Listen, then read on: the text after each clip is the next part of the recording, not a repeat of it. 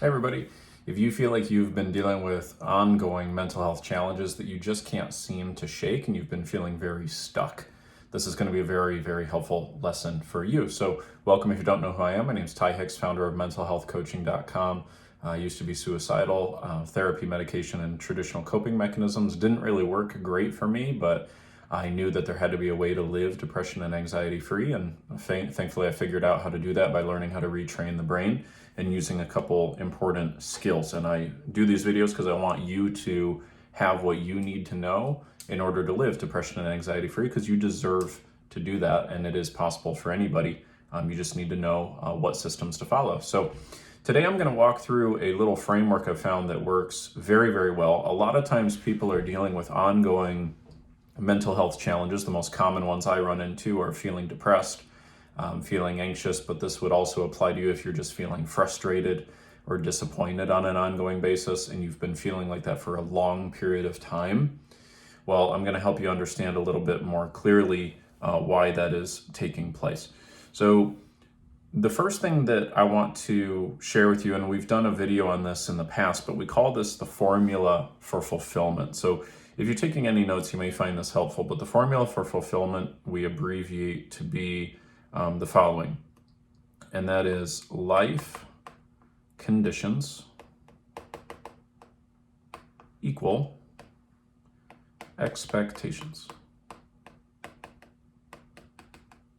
Okay. So for example, if you think about an area of your life that you are generally pleased with, you might not be over the moon thrilled with it, but maybe an area that you are generally pleased with, that would be because that area of your life right now mostly meets at least your core expectations about how things are supposed to go. So for example, a lot of people are frustrated with their career, but they are very pleased and happy with their relationships.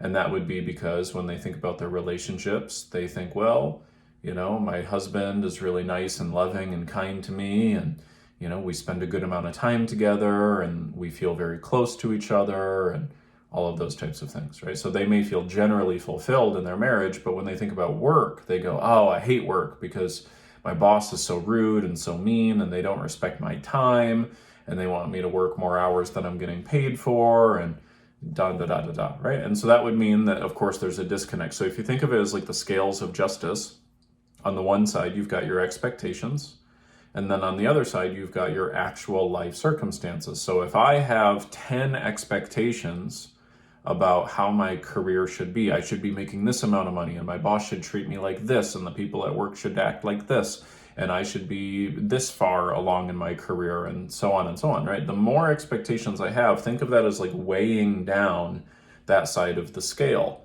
right? So unless my life matches that, and I reach an equilibrium, which would be fulfillment, there's going to be a huge disconnect. So the size of the disconnect between our expectations and how life actually is determines how unfulfilled we are. And so you can think of that in the macro, think about your life in general, or you can break it down into the micro. And that's what I'm going to show you how to do today. So I'm going to walk you through a little framework that I've found very helpful with my clients. I did not originate this framework, but I've found it very useful. I don't remember the first time I found it or saw it, but I've adapted it a little bit to serve kind of my community a little better. But here's what it is. It's called the Wheel of Life. And so here's what you want to do on your notes here. First, you want to draw a little wheel, and you want to have 6 quadrants or 6 slices, if you will. Okay. And so these would represent the 6 areas of what I call life mastery. So if you continue to experience progress in these areas, then you'll feel fulfilled. And if you feel like you're getting stuck in these areas, you will feel unfulfilled. And we'll talk a little bit more about that in a minute. So here's what you want to do. In your notes here, just do a quick little assessment and gauge yourself on how you're doing on each of these areas. So the first area is going to be career/mission. So some of you guys I know are like stay-at-home parents or, students, for example, right? So you may not be in the middle of a career, but it's not necessarily career. It's just that human beings have to feel like we have some purpose, right? We have to feel like we are doing something meaningful, or else we do not feel fulfilled. most people will use their career as their default vehicle for doing that. But for example, if you were a stay-at-home parent, you might get a lot of meaning and purpose from doing that. Or you may know that you want to feel very purposeful and a lot of meaning from being a stay-at-home parent, but you're not feeling fulfilled in that area, in which case we're going to, go ahead and do a rating on each one of these sections to see where you fit on each one of them. But anyway, so think of it this way. A 10 out of 10 would mean you're totally, completely fulfilled in this area. Like you are feeling deeply enriched. You're doing meaningful things, purposeful things. You're doing things that really matter to you. 0 would be you feel completely unfulfilled in this area. So maybe you're doing work that you find to be arbitrary, or your work is overly difficult, or you think you're not getting paid well enough or something like that, right? You don't feel as much of a meaning associated to it. So just kind of assess where are you at on that. And let's say you're at, I don't know, maybe a 6, okay? And so here's what you want to do. So it's a little tough for me to show it here in my, the way I'm keeping track of my notes here, right? But if you're doing this on your paper, you've drawn out your wheel. And then what you want to do here is from the center, think of the center as 0 and the outer edge is 10. And so you just go 1, 2, 3, 4, 5, 6. And 6 would be about 60% of the way there. And then you can kind of scribble that in and just kind of make a triangle there, okay? And so that would be a 6. So this would be career, as we said. Okay, now the next area is going to be relationships. So relationships is going to be the total of romantic, family, and friends. And so a 10 out of 10 would mean you have the quantity and quality of relationships that you really, really want. A 0 would mean you do not have either the quantity or the quality of relationships that you want. Maybe you feel very alone, or maybe there's a huge expectation in relationships that's not being met, something like that, right? Or maybe you're experiencing ongoing pain in a relationship. That would be maybe a 0. All right, so let's say that you are maybe a 4 on this one, okay? So you would just, again, count 1, 2, 3, 4, and then go ahead and label it, okay? Now the next area is gonna be your physical health, okay? So think of it as health and energy. So your physical body, right? For a lot of people, this means weight, this means your muscle mass, right? Your physical ability, your athletic ability, things of that nature. It's a little different for each person. So think about what a 10 out of 10 would be for you, and then just kind of gauge, how satisfied would you say you are in that area? And let's just say you're at maybe a 5. Okay, so we'll go ahead and label that at a 5, or just do whatever it is for you on your little wheel. Okay, the next area is going to be your finances. So same thing here. 10 would be you feel totally fulfilled in this area. 0 would be not fulfilled at all. Let's go ahead and assume you're maybe at a 2 there. Okay, the next one is going to be sorry, lost track of my framework here a little bit. So the next one is going to be your time. Okay, so this would be a 10 out of 10 would be you're spending your time how you want to, you feel in control of your time. You are spending your time the way that you really want to is really what that means. 0 is you feel absolutely out of control of your time. You don't feel like you have enough time, anything of that nature. And let's say you're at like a 4 on this one. So we'll draw that there.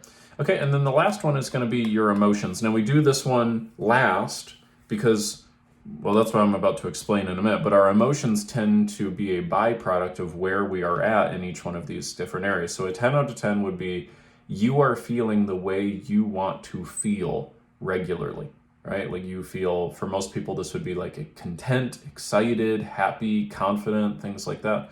A 0 would be you are feeling completely the opposite of how you want to feel. Maybe you're feeling suicidal, frankly, or depressed, or really, really anxious, something like that. Okay, and let's say that you're at about 5 on that one. All right, now if you can identify with having an emotional challenge on an ongoing basis, feeling frustrated, stressed, anxious, something like that, then I would place a bet, and I would bet any amount of money. I would bet my entire house on the fact that you have at least one area of your life in this area, in this wheel, that you feel is stagnant or you feel stuck with. Actually, you know what, before I bet my house on this, I will make a caveat. There's a small percentage of you who might be listening where you actually feel very fulfilled in all of these areas, but you're dealing with a very specialized, acute type of mental health challenge. For example, you might be dealing with like a driving phobia where you had a car accident and now you've got a driving phobia, but every other area of your life you're feeling very pleased with. Okay, but in my experience, I've helped over 400 people create their mental health recoveries, become depression and anxiety free. And what I've learned is that in the vast majority, 90% plus, there's at least one of these areas where people feel stuck. And I'll tell you the most common ones where people tend to feel very stuck that affect their mental health are usually relationship or career. Those are the most common. I have also seen ones where people have a health issue that can affect it. So it's particularly those of you who might be dealing with a chronic health issue, like you got diagnosed with some type of a health condition, that can screw with your mental health because you'll feel very stuck in that area. And then a common one as well is finances, right? That one will happen from time to time if you feel like you're not progressing in the way that you want to in that area. So remember how we said fulfillment is when life conditions match our expectations. Well, let's take any one of these areas. Let's just do relationships. If you're at a 4 out of 10, what that means is that there are only about 40% of your overall expectations being met, because this area right here that is not filled in essentially represents unmet expectations, right? What you're saying is, okay, to be at a 10 out of 10, I would have this, and I would have this, and I would have this, and my marriage would be like this, and it's not like that currently. Right, so remember the scales of justice. So you might have 10 pounds of weight on the expectation side, but only 4 pounds of weight on the actual way life is. So it's only partially balanced. That's why you'd be unfulfilled.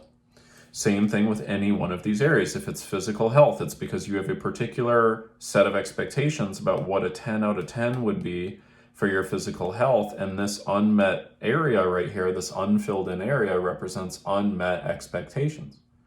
So the value of this tool, there's a couple ways this tool is very valuable. Firstly, you can only improve an area of your life if you first of all know where you are, right? Like if you're lost in the woods and you need a map, you definitely need a map to get unlost from the woods. But let's say you have a map. The map is only going to be helpful if you know where you currently are on the map. You need to know where you are, and you need to know how to get from where you are to where you want to go. So the first valuable thing is just be honest about where you are. And remember, it's all about being honest about where you are, but not making it worse than where you are. Like a leader sees things as they are, but not worse than they are.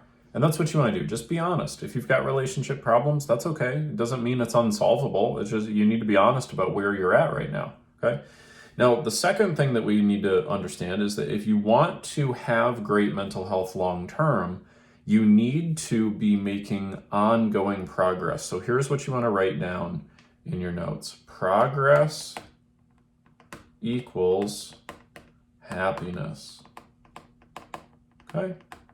Because as we create the sensation of progress, even though we haven't totally reached our total expectations, when you feel that these areas are expanding outward steadily, right? Then we feel fulfilled because we feel, oh, now I'm getting closer to my expectations. And I've had this experience with clients very often where they're dealing with a lot of emotional issues, but once I give them a couple tools in their first session and they start immediately applying them, they get results in their very first week. And as soon as they've gone from like 90% anxiety down to 70% anxiety in their first week, they go, oh my gosh, I'm feeling so much better, even though they are still dealing with a lot of anxiety at that time. But it's a lot easier to keep a boulder moving than to get the boulder moving. And once we get the boulder moving, there's a huge sense of relief. Like, oh man, my effort is actually paying off, okay? So here's what you want to know.